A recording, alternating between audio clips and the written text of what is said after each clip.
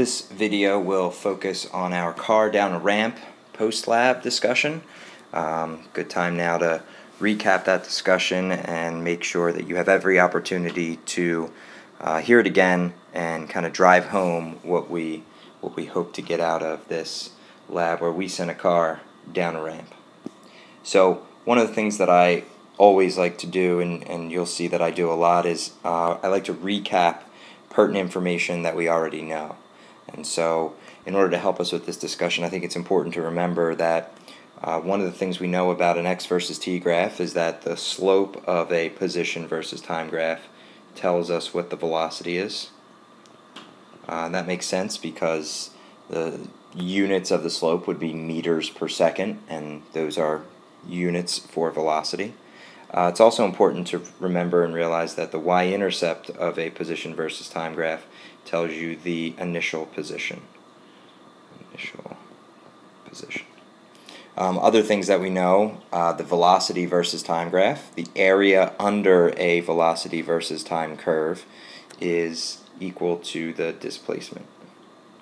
So these are things that we have talked about in our constant velocity unit.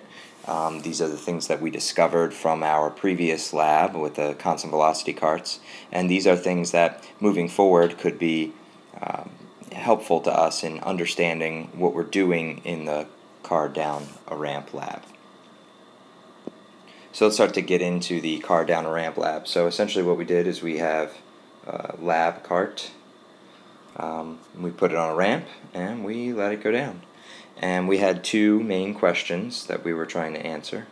The two questions we were trying to answer happen to be the exact same questions that we tried to answer in our last lab. The first question is, does the car have a constant velocity? Now that we have a better understanding of velocity and constant velocity specifically, we're going to be able to find an answer to that question, hopefully relatively simply. And question 2, which again was the same as the previous lab, is there a relationship that we can find between position and time, between x and t, a little shorthand there. So is there a position-time relationship that we can find? And so to do this, we sent the car down the ramp.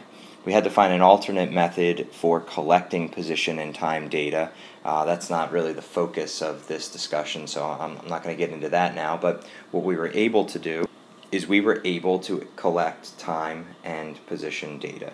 And so we were able to make a data table of time and position, and then what we did is we plotted the points on a graph, position and time in seconds, position in meters, and we looked at this first from to answer the first question, and we said, okay, does this car have a constant velocity?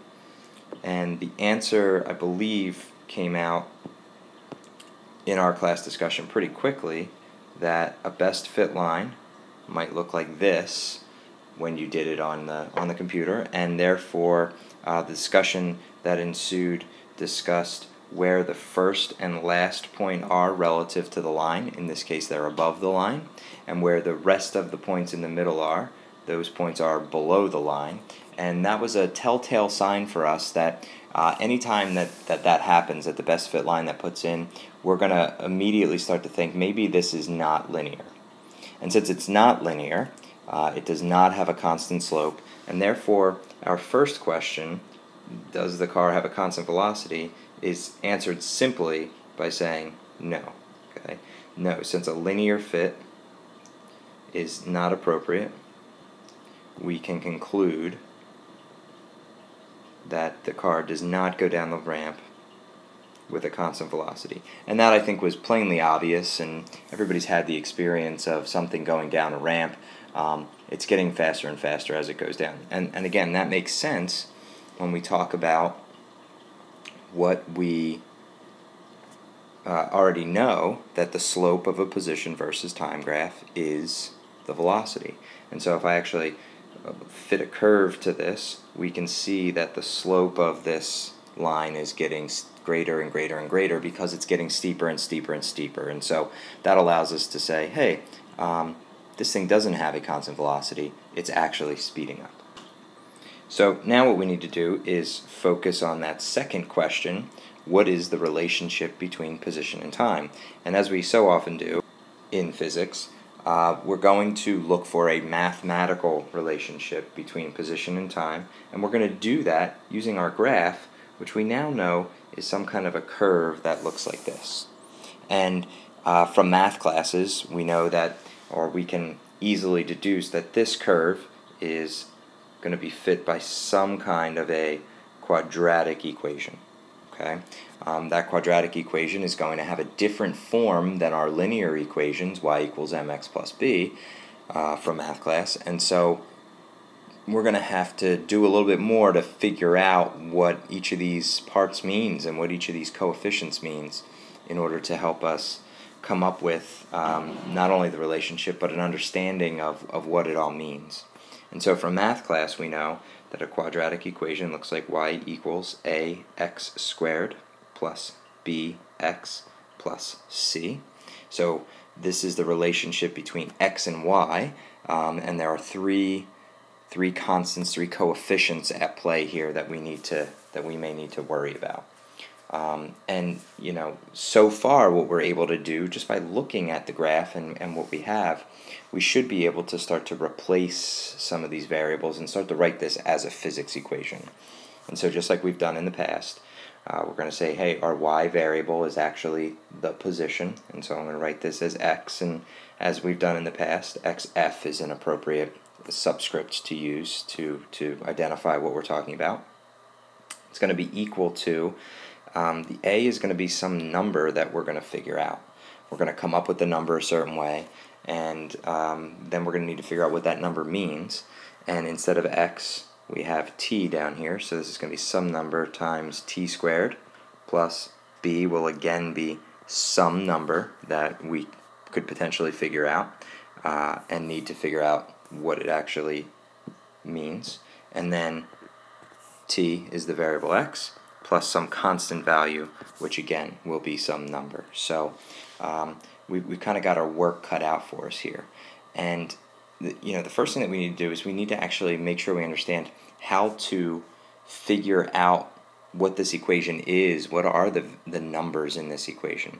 And in class we talked about the really easy way to do it, but you do need to understand how to go about doing this when you don't have a computer program in front of you with a one-click button, because it is just too easy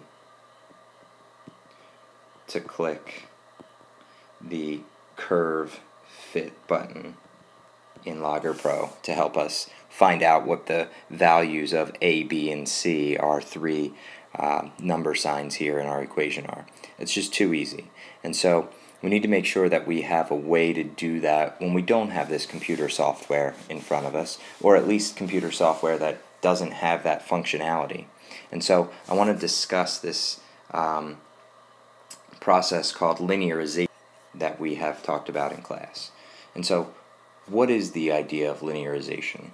Okay, so the idea of linearization is that linear equations are easy to deal with, and as we discussed in class, hey, why do we like linear equations? Because they're simple. They are simple. Y equals mx plus b is simpler considerably than y equals ax squared plus bx plus c. And so we want to be able to manipulate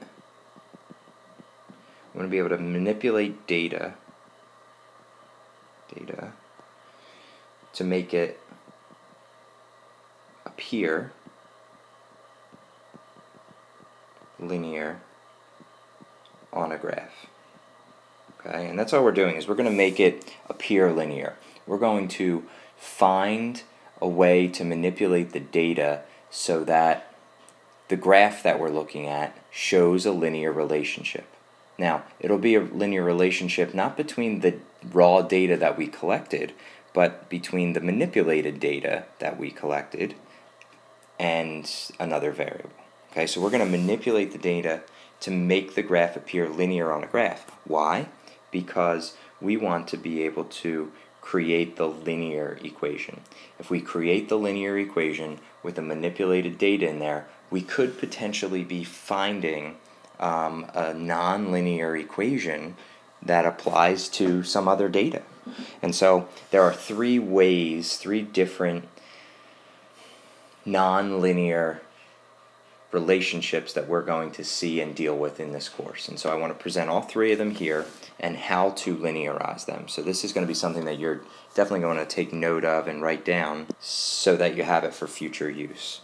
And so what we've seen so far, and the one we used in class and that we're going to cover here today, is that when you have something that looks like it's quadratic, a curve like this, between a y variable and an x variable. We'll use math class style for all of these, yx, yx. In order to find out, or in order to linearize it, in order to make a graph of some of this manipulated data appear linear, what you're going to do is you're going to square whatever your x or independent variable is. And what that means is that you would graph y versus your x value squared. And if you graph y versus your x value squared, when the data actually looks like this quadratic curve, then the data should come out to be linear. And that's nice because that allows us to apply a linear model to this, where our variable, our independent variable, our x variable, is actually x squared. And so y equals mx plus b actually becomes y equals mx squared plus b. Okay? And that's going to allow us to, look, we have x squared in our equation. And that x squared looks just like the equation y equals a x squared plus, in this case, skipping right to c. They look the same.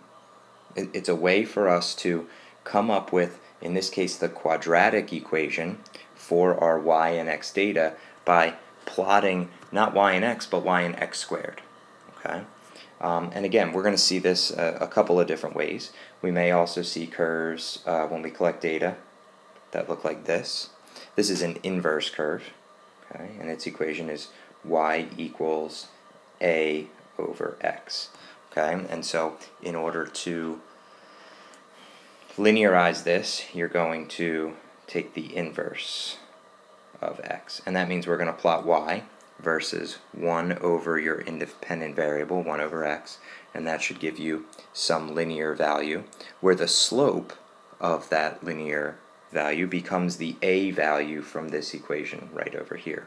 So you can see that if you were to graph this, y equals some number, the slope, times 1 over x, right? This is the same thing as writing it as m over x, where the slope then, its meaning is not just a slope, but its meaning is actually the a value on the top of this y equals a over x equation. Just like the slope in this one up here, the one above, this slope right here is actually the a value, the a coefficient in our quadratic equation. And finally, one other type that we could see throughout this course is a square root curve, okay, where this actually looks like y equals the square root of ax. And this one is a little bit different than the other ones, in that what we're going to do is, in order to linearize it, we're going to actually square y. Okay, so we're then going to plot y squared versus x, and that should make this come out to be linear.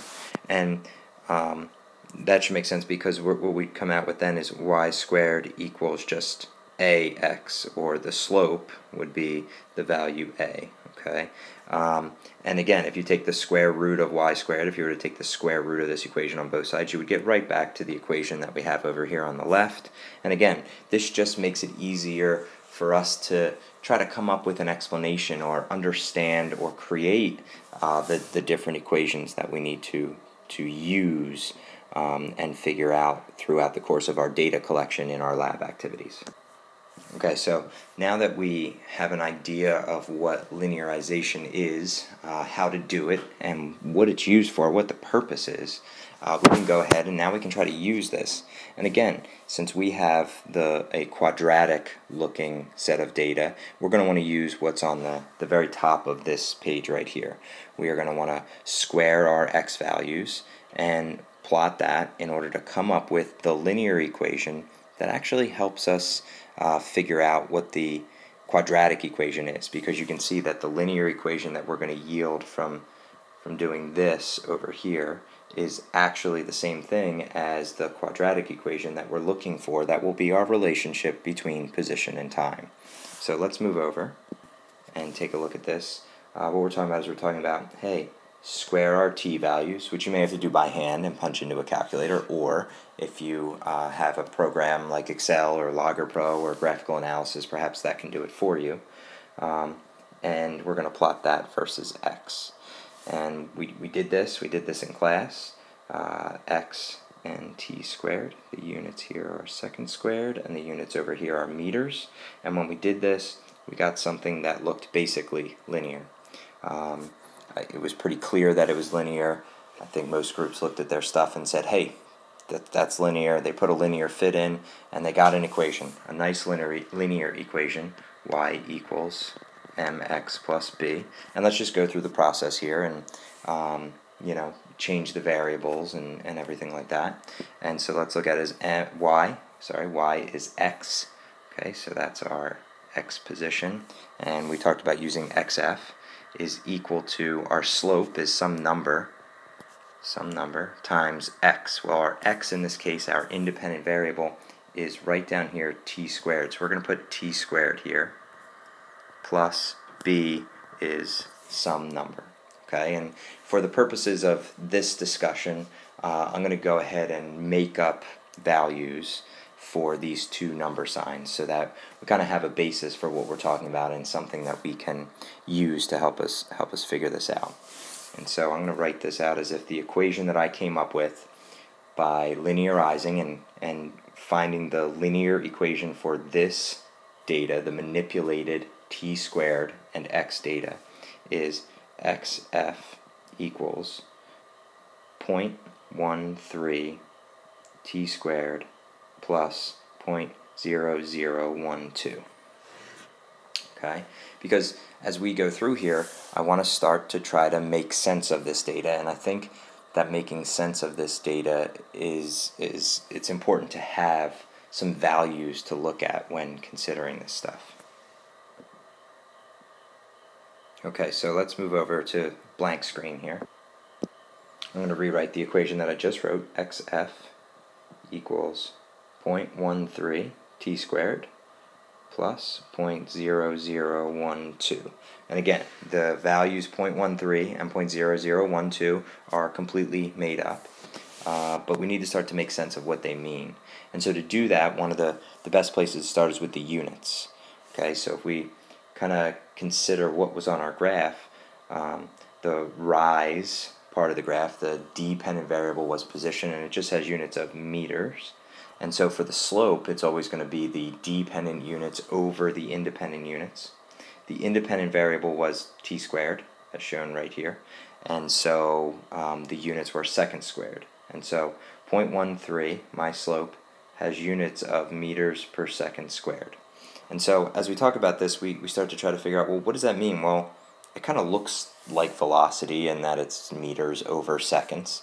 But the fact that it's seconds squared kind of makes us say, well, let's see if we can figure out the other part of this, and maybe we can come back to that.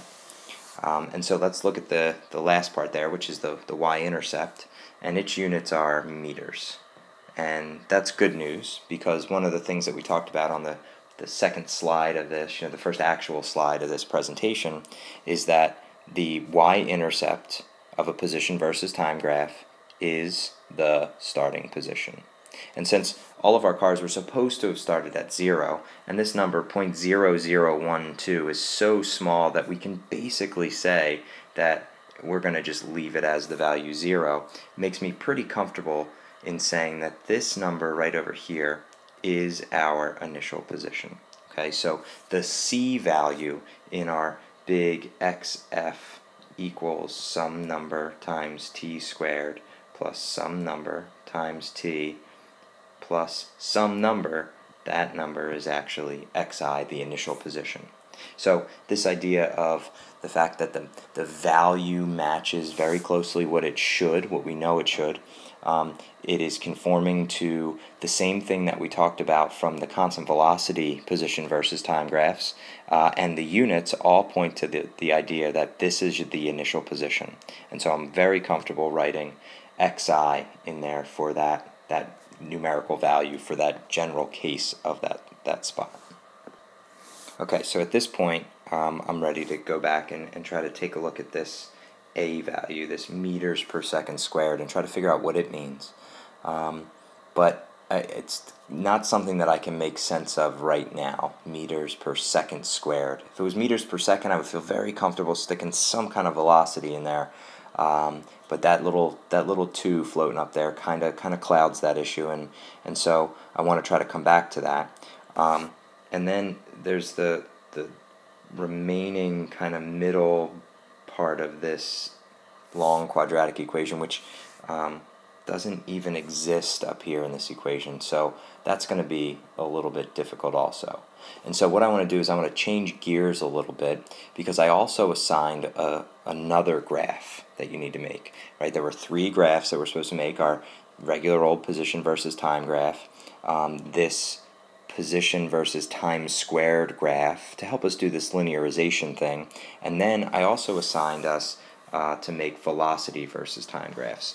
And so perhaps if we move over and we look at the velocity versus time graph, we'll get some clues to help us figure out what this A value, this slope, this 0.13 meters per second squared is. So if we come back over here and we look at, again, the position and time graph, and I'm going to just draw it back in here and change colors. Change over to a green here. Well, how do we determine velocities? Okay, we know the velocity is changing. We can't just put a slope in, right? We can't just nice and easily do this and say, oh, find the slope, because that orange line right there does not represent what we know this car is doing, which is changing its velocity.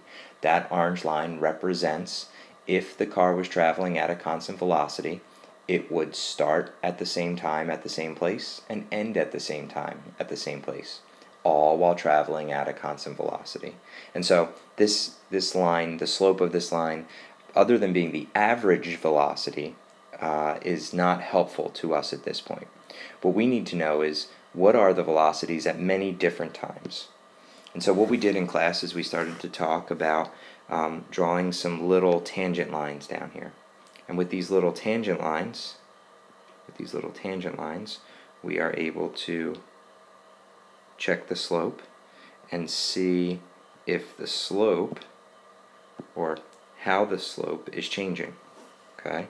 And so each of these little tangent line slopes represent a different velocity at a different time. Okay? And so you can see that each of these little lines is somewhat parallel to the curve at all of these different spots. None of them are way off of our best fit, or of our curve, like that average velocity line. Okay? All of these are very close to our purple line. They're very close to parallel to our purple line. And so what we can do is we can find the slopes of these little segments in order to help us find velocities at certain times. And again, this is a procedure that you need to be familiar with. We ended up not using it. The software that we have allows us to do it more quickly, but you do need to be aware of how to get these slopes. Okay, and so the way that we were supposed to get these slopes is we were supposed to say the point that we are tangent to is sort of right in the middle here. I hope you can see that pink on there. Right in the middle of my orange line. And what I'm going to do is I'm going to find the velocity at that time right there, using the data point just after it and just before it. And if I use these two data points to calculate the slope of this line, it will give me the velocity at the time directly in the center of those two. And so that's what the computer program did for us. It took a lot of the work out of it, which is nice, but it is a process that we need to know how to do in order to be successful down the road. Okay? And so we were able to collect a whole bunch of times and velocities using these small slopes, starting with 0, 0. Okay? And we know the initial velocity of this thing was 0 because we've released it from 0. We just let it go. Nobody should have pushed it down the ramp or slid it back up the ramp or anything like that. We started it with a velocity of 0. And so we could go from there, and then we need to find the slope of this little line here and this little line, and each one of these line segments moving forward. And you can see that they get steeper and steeper and steeper. And so when we have this data table, which was really easy to get using the computer software, we can then make a velocity versus time graph. Time units are seconds, velocity units are meters per second. And when we did that, we did in fact see a nice linear fit. Okay? And so again, we're able to go through the same process again, which we're going to use over and over and over again. And that is that we can say, well, y equals mx plus b. So this is a linear relationship between velocity and time. And that's really nice. And so this kind of starts to look a lot like our position time graph from our constant velocity stuff with our black constant velocity cars from the first week of school. And so we're going to start with the idea that we're looking, our y is v, and we're looking for final velocities, so we're going to use vf. It's going to be equal to a slope, which is some number, times our x, which is our time, plus some number for our b value. Okay? And so we need to start to, again, make sense of what these numbers are. All right? And so to stick with my, we need to have values to help us make sense of that, I am going to approximate or make up some values here. Vf equals, let's see, I think I'm going to use 0.28 t plus 0.003. Okay, so we may have gotten something like this as our equation from our linear fit. If you got something like this, then you're in good shape. If you're able to at least see that it is linear, it should be linear, that's good news. And so we need to start to make sense of what is 0.28, what does it mean, and what is the 0.003. And again, that 0.003 is another really tiny number, which is going to kind of make us figuring out what this y-intercept down here is, meters per second. Pretty simple. Okay, so as I just stated, 0.003 is basically 0. Its units are meters per second, and when did the car have a velocity of 0 meters per second? Well, at the very beginning. And so this value at the end, the y-intercept of your velocity versus time graph, is your initial velocity. Okay, so we have plus vi at the end. We've got vf equals some number times t, and what the heck is that number? Well, let's talk about its units. What are the units of that number? Well, again, slope is the change in y, so it's our dependent variable units, in this case meters per second. Okay, on top of, right, or over our independent variable units, which are seconds. So this unit, meters per second, are the units for our slope. So this is 0.28 meters per second. Well, what does that mean? So that's something that we did spend time talking about in class. Our summer work spent time talking about that. Meters per second. I want to kind of write out exactly what that means. So 0.28, let's write it out, meters per second.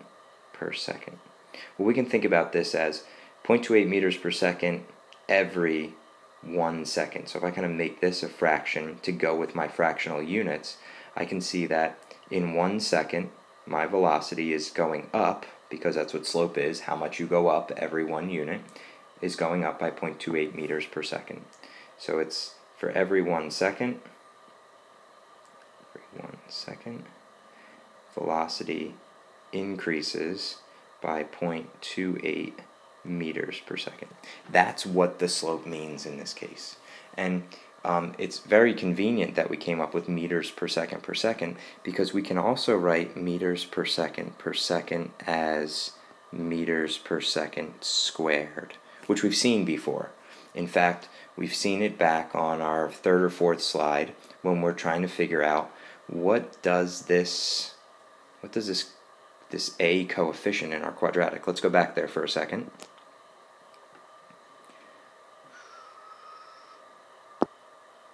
Is it here? Nope, not on this one. About that. There it is. Meters per second squared. Here it is, right here. We kind of paused on that and we said, hey, let's come back to this. And so we're seeing it again. So perhaps the fact that we have an a value of 0.13 in our quadratic equation here, and its units are meters per second squared, and now we're seeing the slope of our velocity versus time graph is 0.28, and it has the same units, meters per second squared. But the fact that it's meters per second is the way it's stated here, I think makes it a little easier to understand.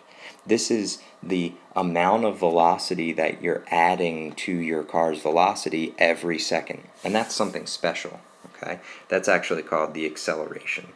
And we're going to fill in the variable a here for acceleration. And so I want to go over the next slide and define acceleration and make sure that that's clear. So what is an acceleration, right? A lot of people wanted to use the word acceleration. Oh, it's accelerating, it's getting faster, it's accelerating, it's accelerating, it's accelerating. And I'm very careful with this. An acceleration is the rate of velocity change. That's the official definition. It's the rate of velocity change. And I say velocity change because your velocity can change in a manner such that the number gets bigger, and it can change in a manner such that the number gets smaller. And so we have to be careful, because hitting the brake in your car is accelerating. You are accelerating your car. You just happen to be accelerating it in a way that slows it down. So acceleration does not mean speeding up. Okay, so I want to make sure that that's clear and that that's official. So the rate of velocity change is the official definition of the word acceleration. And when we talk about an acceleration, something like, meters per second, and I'm going to talk about it mostly as meters per second, not as meters per second squared, because I think this is easier to understand. We're talking about the number of velocity units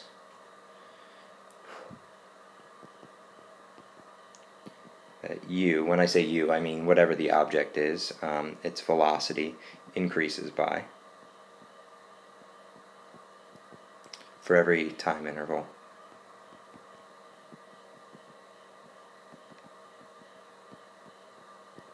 Okay, so I mean that's how we're going to talk about acceleration. There's a lot more to talk about with acceleration and what it is and how it works and how it affects the motion of objects. But for now, if we just understand that it's the rate of velocity change, it is the number of meters per second we're adding, in this case, to our velocity each second, then we're in pretty good shape. Okay, I do want to point out, as we did before, with our position xf equals vt plus xi equation, vf equals at plus vi can be mathematically rearranged and solved for a, and we can make this look like vf minus vi equals at, and when I solve this for a, I get something that says the acceleration is equal to vf minus vi divided by t, or simply delta v divided by t. And you can see then that the average acceleration is the rate, because it's over time, of velocity change because delta means change. Okay, so this is similar to our average velocity equals delta x divided by t equation. We're arriving at this definitional equation the same way we arrived at that definitional equation for average velocity. This one, though, of course, is for average acceleration.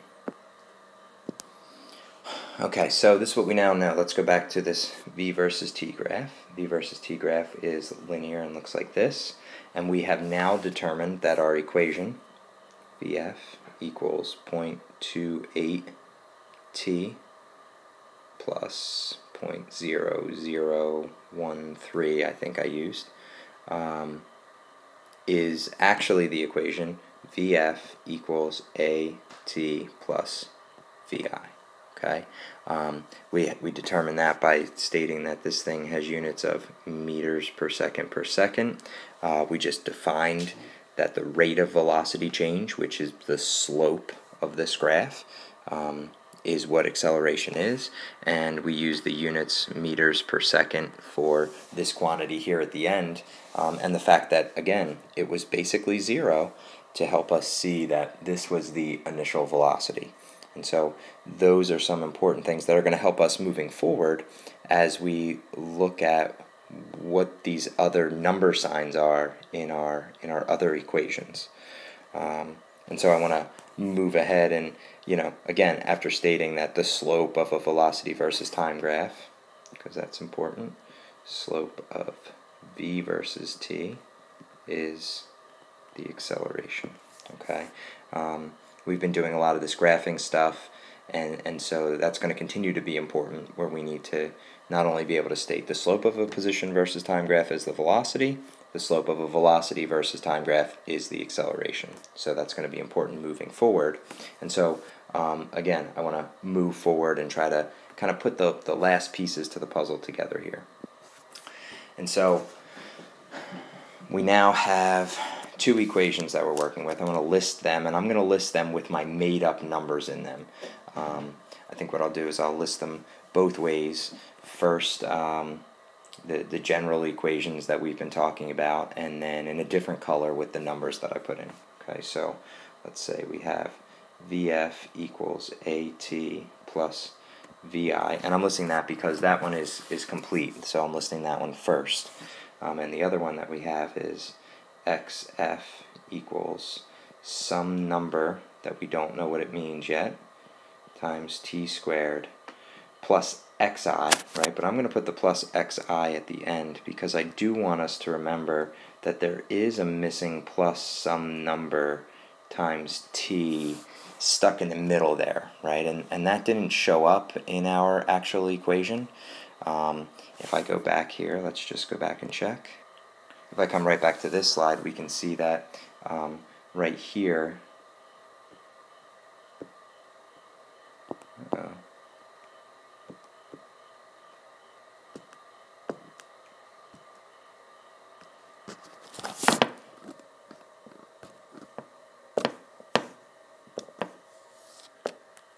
well, my iPad's not responding right now. Technical difficulties. Sorry for the delay.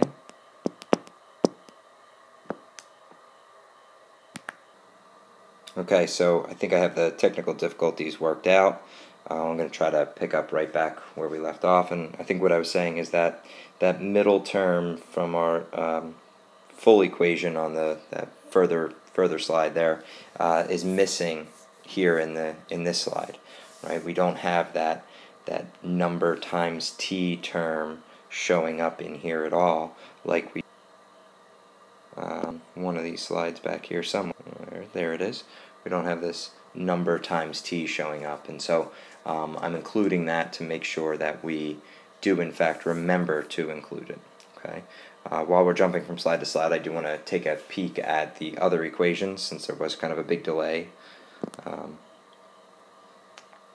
0.13 t squared plus 0.0012, and we also had over 0.28 t plus 0.003. So I'm going to go back and I'm going to write those in just as I stated I would. So let's get those written in. Change colors, go back to our nice purple, and we have VF equals 0.28 t plus 0.003, and over here we have XF equals 0.13 t squared plus some number times t plus, and I'm going to put 0 here because it was basically 0. That was the whole point. I suppose I could do the same thing and erase this and just replace it with a 0. Okay, because we did state that this one is 0 meters per second, which was our initial velocity, and this one was 0 meters, which was our initial position.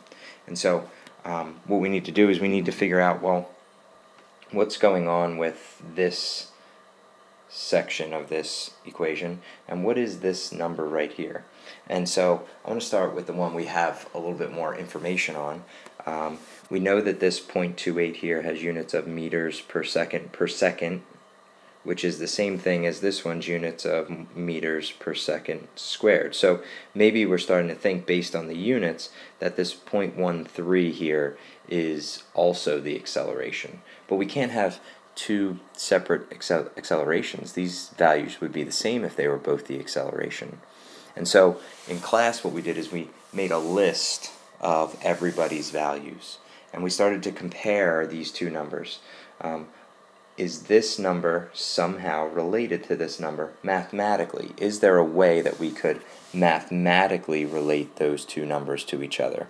And it just so happens that this number down here, the lower of the two, 0.13, is half approximately of this one. Now, I didn't make them exactly half on purpose because in class they weren't exactly half.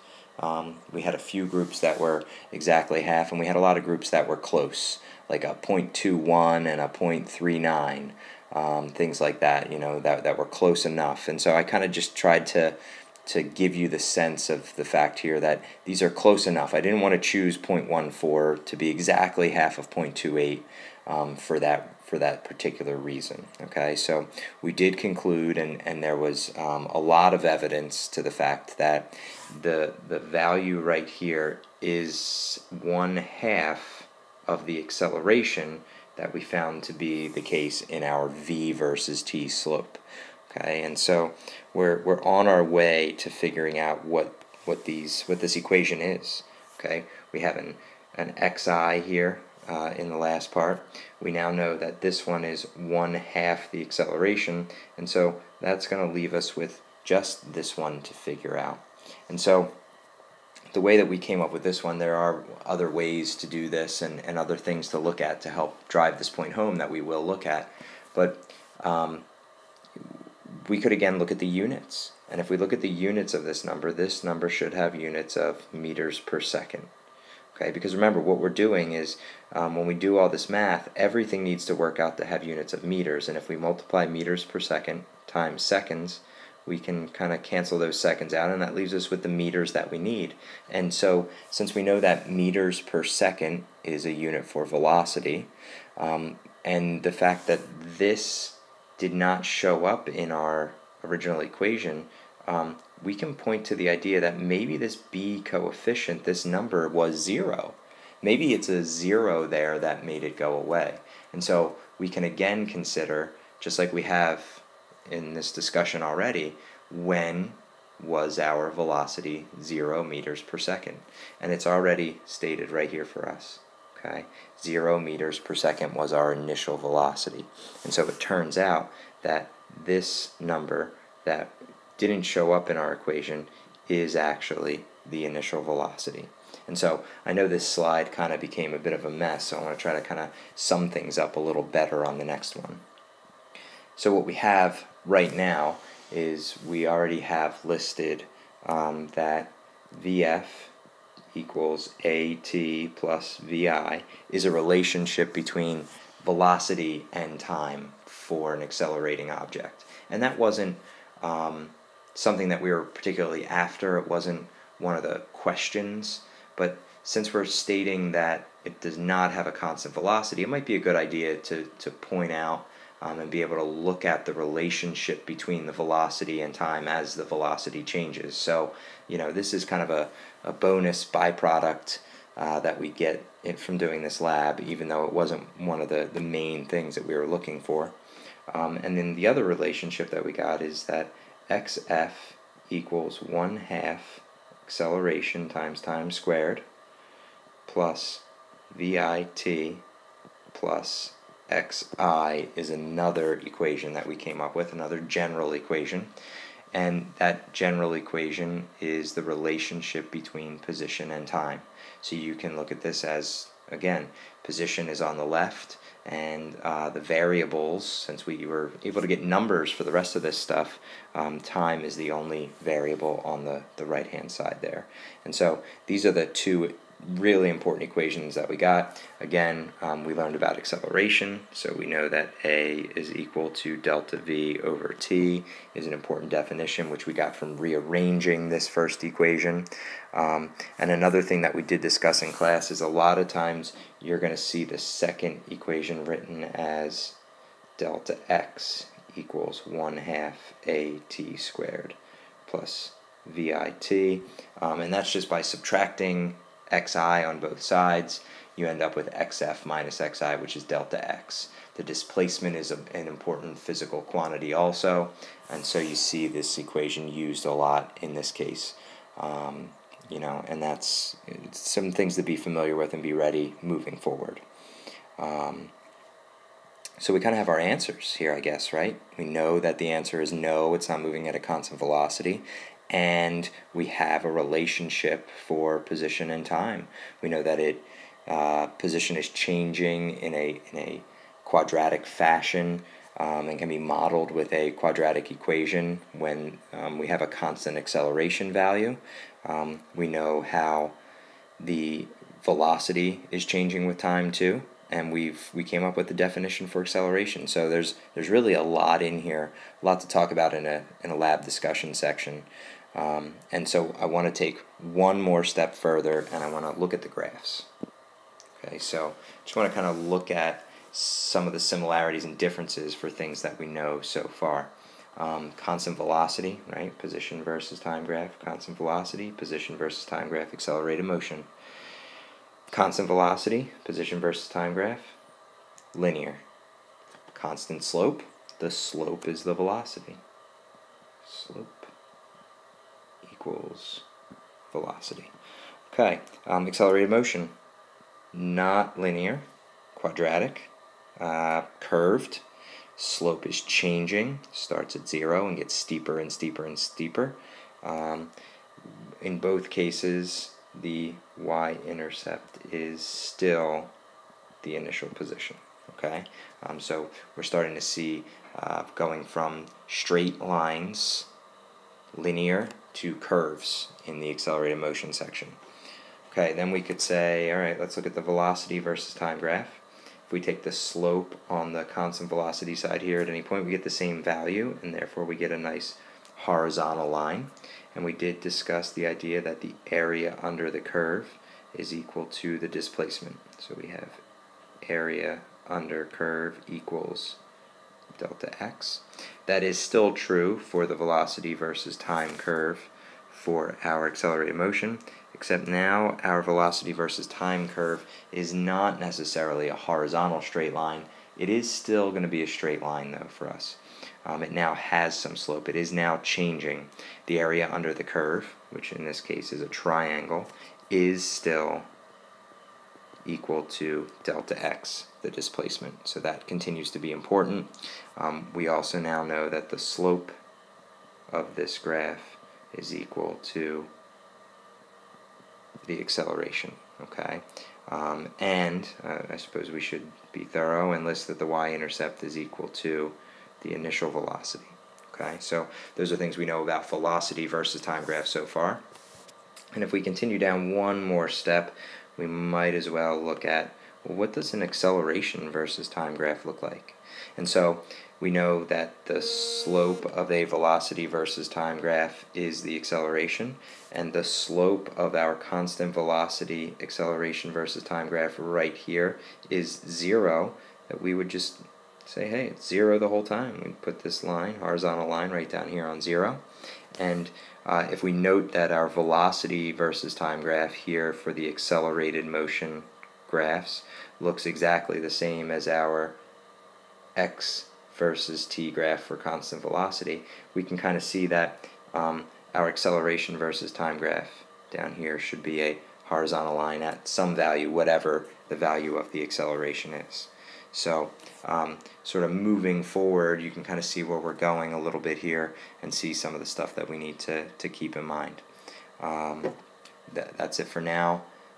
Please feel free to email questions, and hopefully this was helpful.